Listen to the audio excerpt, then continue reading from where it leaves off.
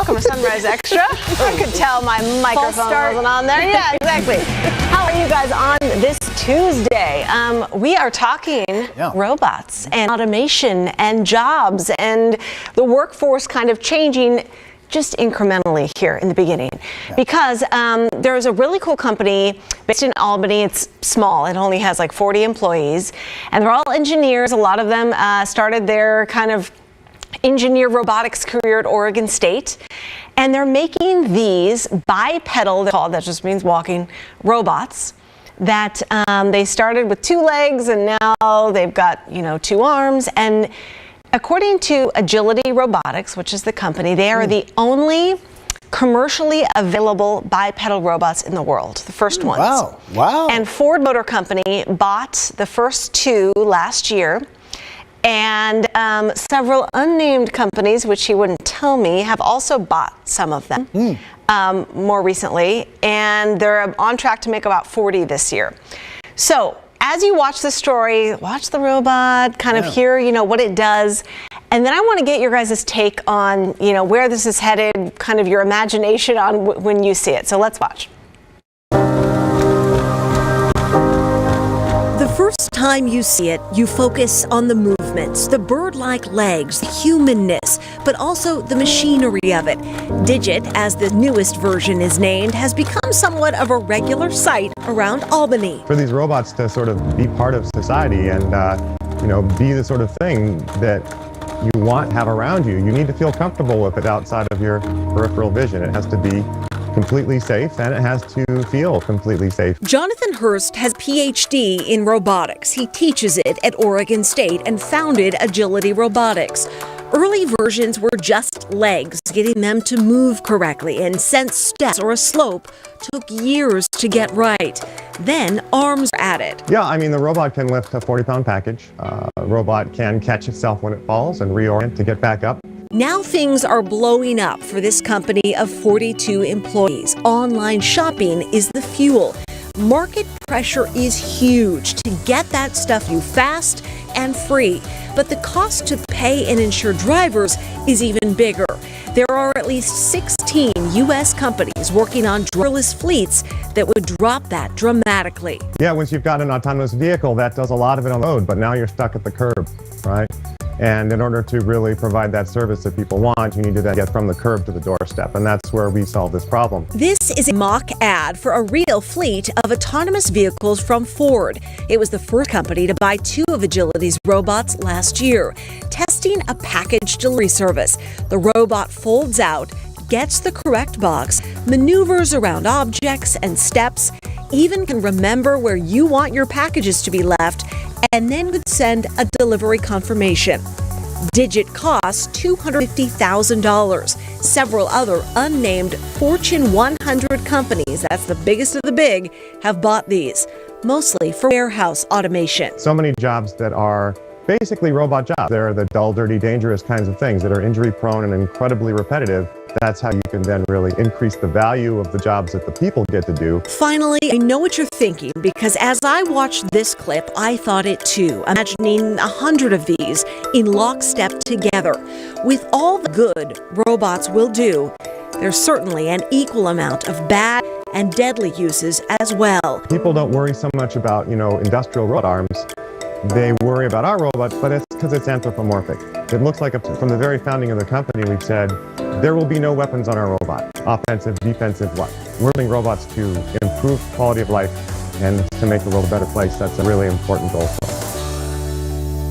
So we're not, you first hear him say, we'll never have weapons on our robots. And you think well, yeah, whatever, But they can kind of ensure that, at least for this company, it's in their ethical, nature, that in the way that they write the contract, in who they sell the robot to, and they're going to have to service this thing in the future, if it breaks down or they want to add some commands to what it can do, they can keep things on the up and up and safe.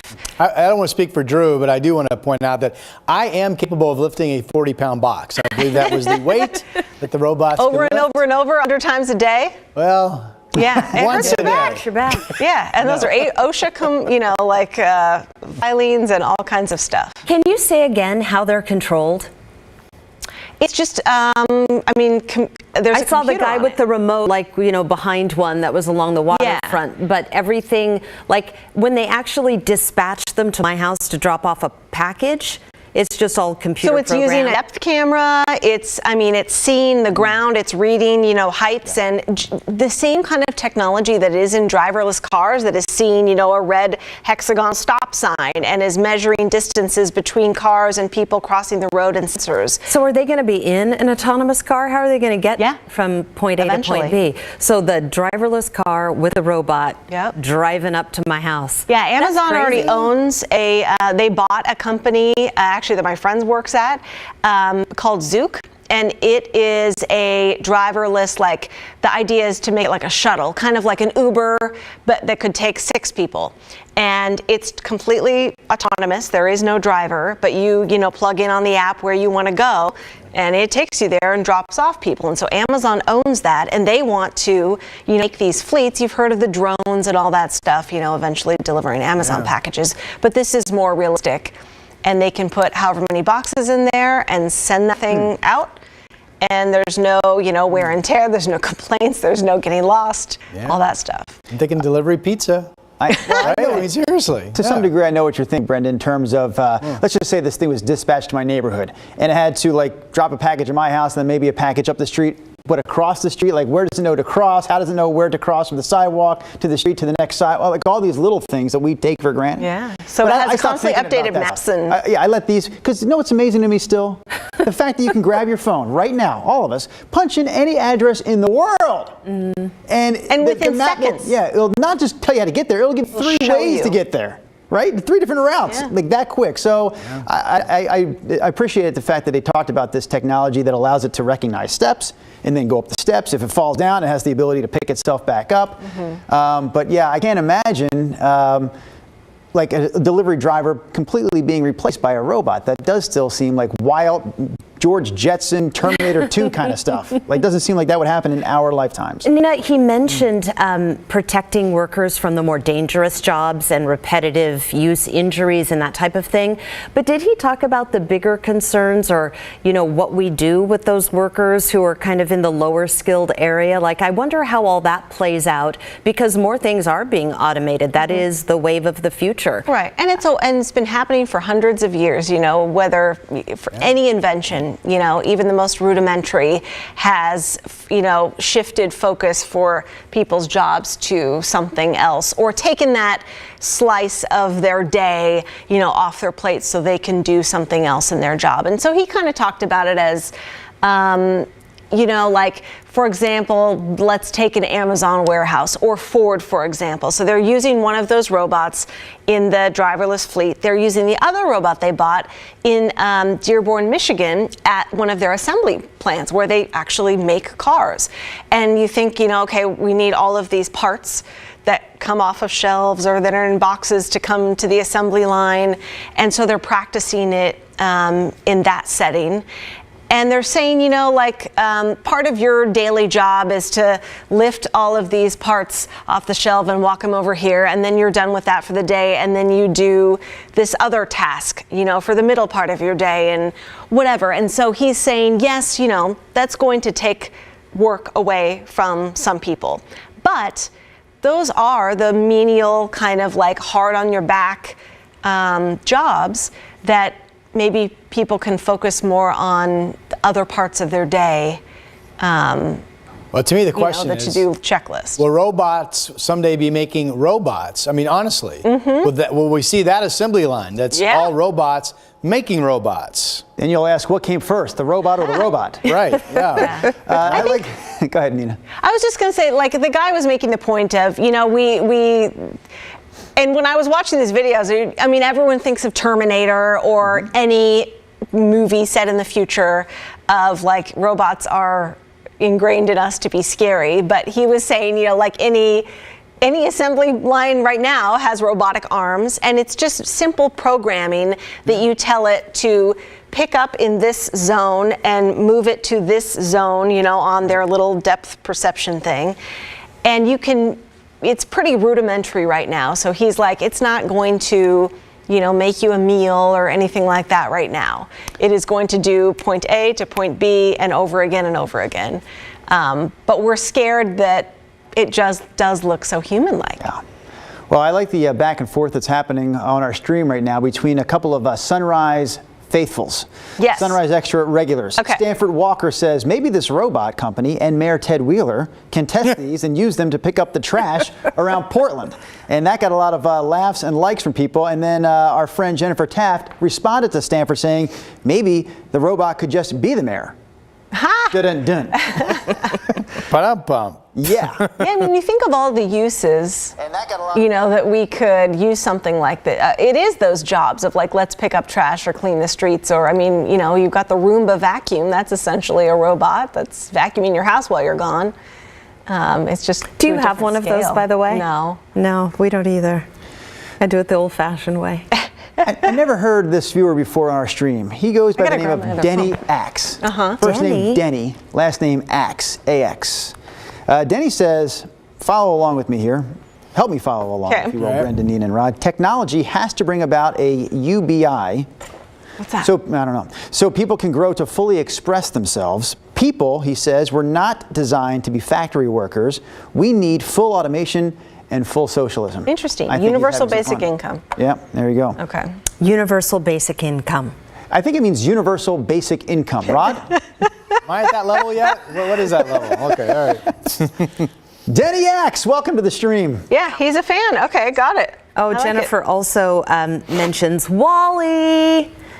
Oh, right, the movie, just get slothful, and that's not good. It was 36 years ago this summer that Rocky presented his brother-in-law Paulie with a robot in Rocky 4. Paulie. You remember that, Ron? That was 36 years ago. They had a robot back then. It was a very friendly robot. We walked around, presented the birthday cake to Paulie. I don't remember. You don't remember the robot in Rocky 4? I don't remember it. Oh, yeah, I guess I know what you're doing this weekend, Rod. I'm going to be watching Rocky 4 to see the you robot. are. Yes, I will be. Everything comes back to Rocky. I love that you can do that. This is amazing talent. You do, Like and my Kevin wife- Bacon of films or something. Okay, what do you guys think about this? Like he was talking about, how there's a bunch of good that robots could do, and of course, you imagine like the bad and everything from a movie. And I was kind of equating it when I was talking to him like drones. We first made drones, and most people use it for photography or like real estate photography, or we use it, here at KGW to get, just cheaper aerial views of things. Instead of a helicopter, sure. Yeah. Right, instead of paying, 2 people to go up in the helicopter and gas and all that good stuff. But then you think of the other, uses for like big ASS drones, like in wartime, and they're dropping literal bombs, or drones are killing people, in wartime. And so you think, when drones were very first brought out, like, oh, this is cool. I can see something, or I can take a picture of my house, or, see a mountain that I've never been able to see. And then it goes, 20 steps beyond that. Well, even then, I think it quickly went to, wow, that person can see inside my house. Right. I mean, that was pretty. Right. That was pretty early on in the drone. Yeah. So you think about the implications, of course, for robots of like they say, well, it's only a simple program. It's moving a box from here to there. Well, yeah, until you program it for more, right? Right.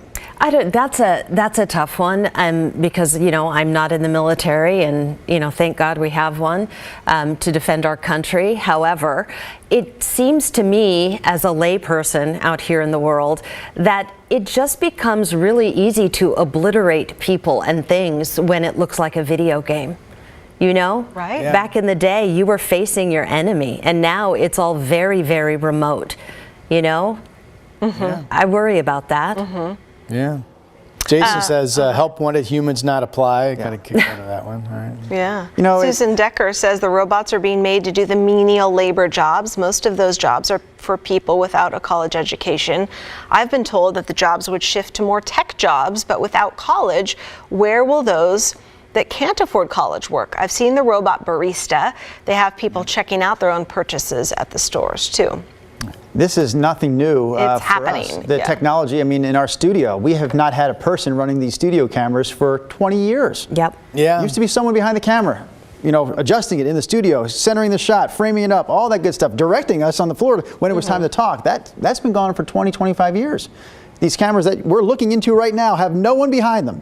No one moved that in front of me. It's a joystick in another room. Yeah, exactly. Well, we literally just lost more people out of our master control because that's now all run in a corporate hub somewhere in another city. So that's continuing to happen.